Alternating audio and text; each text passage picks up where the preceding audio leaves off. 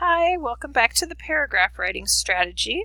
So far you've learned how to write 3 types of sentences that enable you to write an organized paragraph. You have also learned how to plan your paragraph using a paragraph diagram.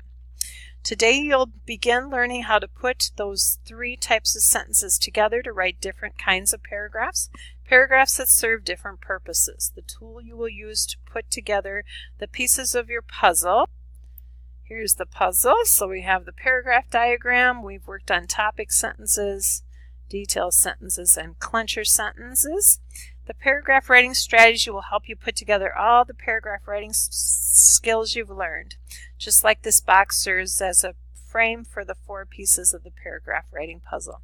The first thing we'll do today is to discuss the steps of this new strategy. Then we'll go over the first of 9 types of paragraphs that you will learn to write. You will also set some goals about how fast you're going to master writing the different types of paragraphs. Today, as we discuss the paragraph writing strategy, you will need to listen and answer questions and take notes. All right, so our first step here for this strategy is that we're going to set up the diagram. And I apologize for the diagram kind of being blurry here. We've done this diagram already before. So you're going to want to, when you're doing the diagram, make sure that you use the numbers that are kind of hard to see here. So this is number 1, which is our topic. So we would put our topic in this box. Then we would do the details, which is number 2 here. So you would write your details here. Then you're going to pick your sequence, which is the 3rd box over here on the right side. Then you're going to pick the order that these details would go in. So you'd put your numbers in for the details of the sentences. And then for number 5, you'll pick your transitions for each one of those details.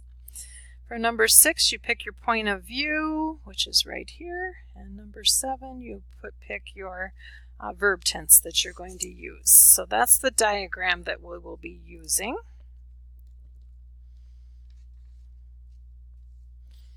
All right, so then step 2 is that we're going to create a title.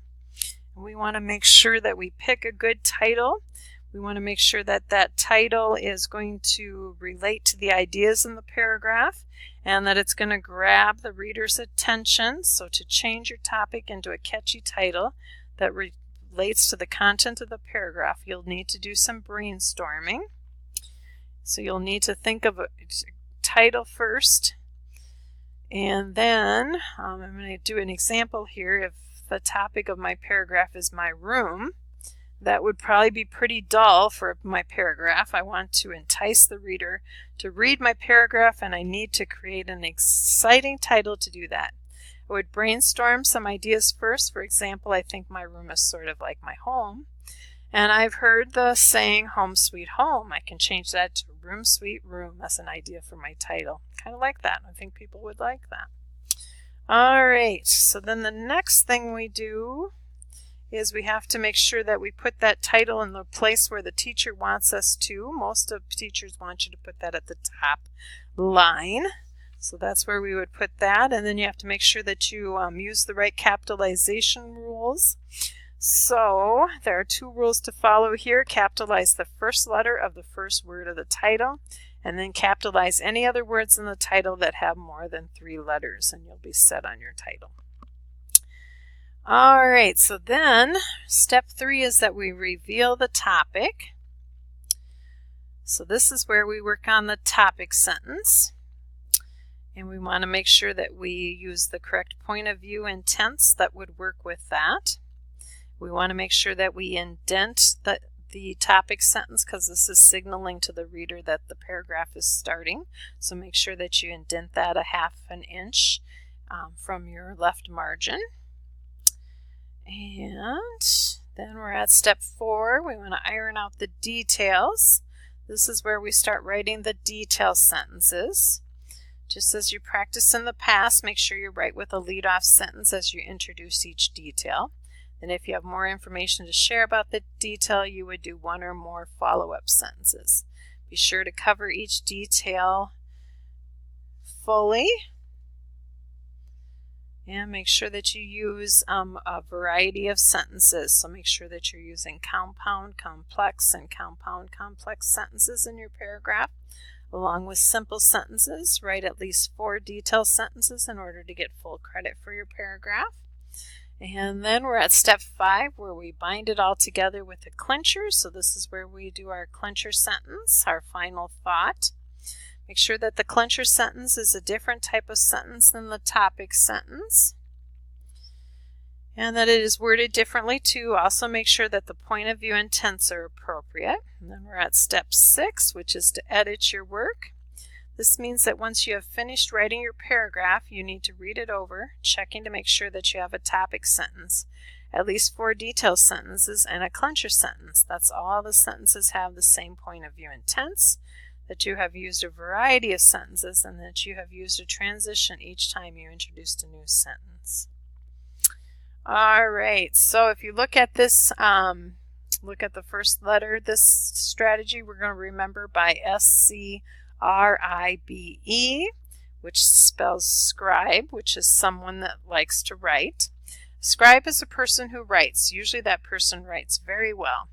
That's what you will do when you use this paragraph writing strategy. You'll become a person who writes well-organized paragraphs. So there are different types of paragraphs that we're going to be writing. We're going to start with a sequential paragraph. And sequential paragraphs describe the details in a special order or sequence. In other words, a sequential paragraph describes something that happens in a certain order or sequence. The details in a sequential paragraph must be written in a certain order if the paragraph is to make sense. The first type that we're going to work on is the narrative paragraph. A narrative paragraph tells a story about a sequence of events. An event is something that has taken place, will take place, or is taking place. A story is a sequence of events. You will use a narrative paragraph to describe a sequence of events. For example, you can use a narrative paragraph to tell what you did on a vacation or what happened yesterday. You can tell the story of a book you read or a movie you saw. What are some other examples of stories you could tell?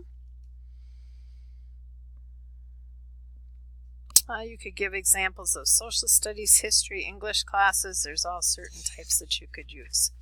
On the rest of the slide here, it's going to go through the different other types. So step-by-step paragraph is also a sequential paragraph that we will be learning.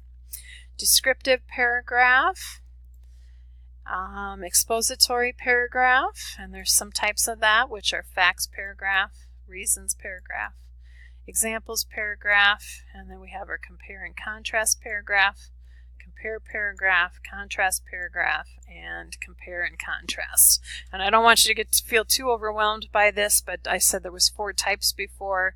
Sequential is one of them, descriptive is the second one, expository is the third one, and then compare and contrast is the 4th one. And then the 9 that they were talking about, 1, 2, 3, 4, 5, 6, 7, 8. Oh, yep, and then we have that one.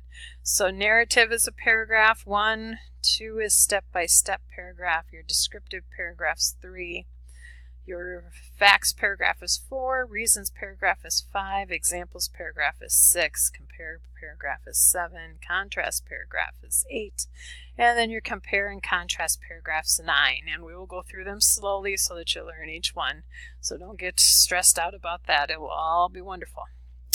All right, so that sequential paragraph that I talked about.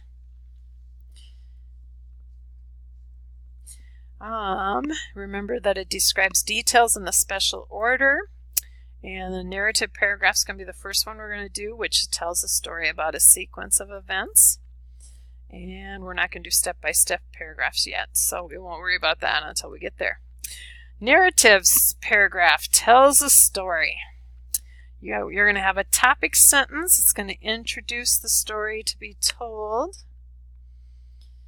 Then you're going to have your detail sentence, tells the reader about the events in the order that they happened, or will happen. And then you're going to have your clincher sentence that tells the reader the story is finished, points out the significance of the story. All right, sometimes the clincher points out the significance or importance of the story. This means that you tell the reader why the story is important. Maybe there's a moral of the story, something to learn from it. Maybe you've learned something from the story that you want to share with the reader. All right, so then you have to remember that we're going to have those transitions. So for this one, you would use the time transitions because of it being a story. You're going to want to make sure that you use either the first or third person point of view. And you're going to want to usually use past tense for this type of sentence. You could maybe use present or future, but you probably would use past tense for this one. So, like I said, this is going to be your narrative paragraph that we're going to do first.